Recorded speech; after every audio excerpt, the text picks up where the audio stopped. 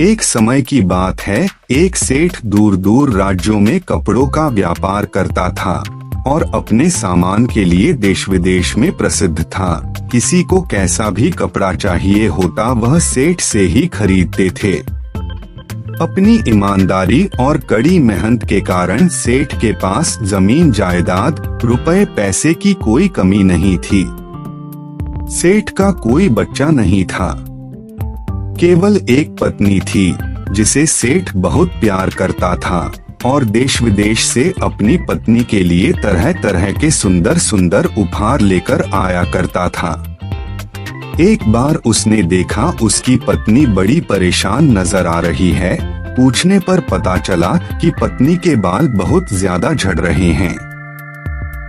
पहले तो सेठ को यह कोई बड़ी समस्या नहीं लगी, किंतु धीरे धीरे सेठ को भी लगने लगा कि उसकी पत्नी के बाल पहले से काफी कम होते जा रहे हैं।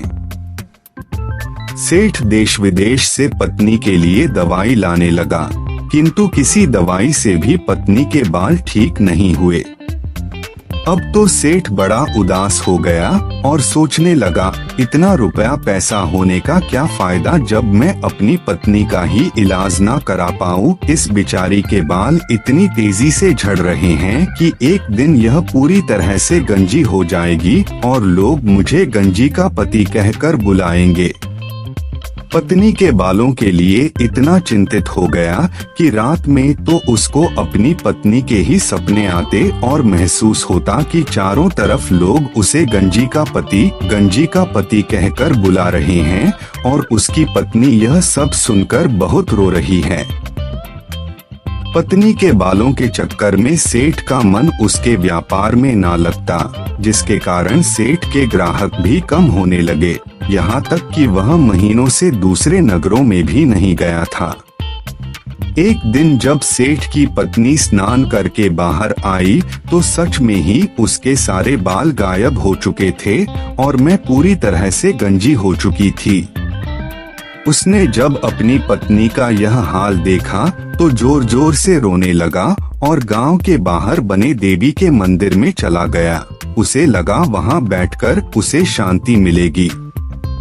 जब वहां पर बैठा हुआ था, वहां पर एक साधु आया और उसने सेठ से उसकी उदासी का कारण पूछा। साधु के प्यार भरे शब्द सुनकर सेठ सिसक सिसक कर रोने लगा और बोला, महाराज, मेरी पत्नी के सारे बाल गिर गए और वह पूरी तरह से गंजी हो गई है। मुझे समझ में नहीं आ रहा है कि मैं अब सबको अपना मुंह कैसे दिखाऊं।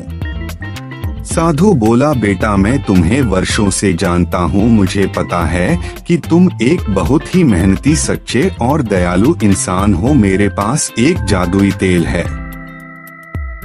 तुम यह तेल अपनी पत्नी को दे दो। रोज इस तेल को अपने सर में लगाने के बाद तुम्हारी पत्नी के बाल फिर से वापस उग जाएंगे और बहुत ही लंबे हो जाएंगे। किंतु याद रखना, यह जादुई तेल है। इसका काम है किसी भी चीज को बड़ा कर देना, इसलिए इसका प्रयोग सोच समझकर करना और काम हो जाने के बाद इस तेल को गांव के सरोवर में डाल देना। सेठ बहुत खुश हुआ और साधु से तेल लेकर उसने अपनी पत्नी को दे दिया। पत्नी पति के कहे अनुसार रोज उस तेल को अपने सर पर लगाने लगी। सच ही उसके बाल बड़े लंबे हो गए। सेठ की सारी परेशानी दूर हो गई और वह दूसरे नगर को व्यापार के लिए गया। किंतु जब वह एक हफ्ते के बाद लौटकर आया तो यह देखकर हैरान हो गया कि उसकी पत्नी उसके सामने नहीं आ रही है। बहुत मिन्नतें और सिफारिश करने के बाद जब पत्नी सामने आई तो वह यह देखकर हैरान हो गया कि पत्नी की जुबान उसके मुंह से बाहर लटक रही थी और वह बड़ी ही भयानक लग रही थी। कारण पूछने पर पत्नी ने कहा, सुनिए, मुझसे बहुत बड़ी भूल हो गई। आपने कहा था कि तेल केवल सर पर लगाना, यह जादुई तेल है। किंतु तेल खत्म होने के बाद तेल वापस कैसे मिलेगा, क्यों ना मैं तेल को घर पर ही बना लूं। ऐसा सोचकर मैंने तेल को अपनी जीभ पर लगाकर उसका स्वाद लेना चाहा था कि जान सकूं इसमें क्या क्या मिला है, और ऐसा करते ही मेरी जीभ इतनी बड़ी हो गई।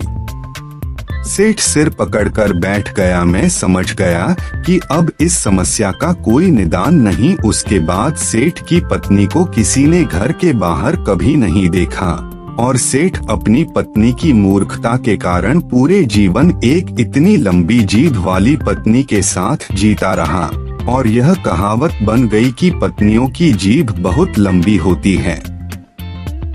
बिना सोचे समझे हमें किसी भी वस्तु का और कामों में उपयोग नहीं करना चाहिए। दोस्तों, जिस वस्तु का इस्तेमाल जितना होता है उतना ही करना चाहिए। अगर हम उस वस्तु का उपयोग और काम में करे गए तो हमारी अपनी ही हानि होगी। दोस्तों, अगर कहानी आपको अच्छी लगी तो शेयर जरूर कीजिएगा।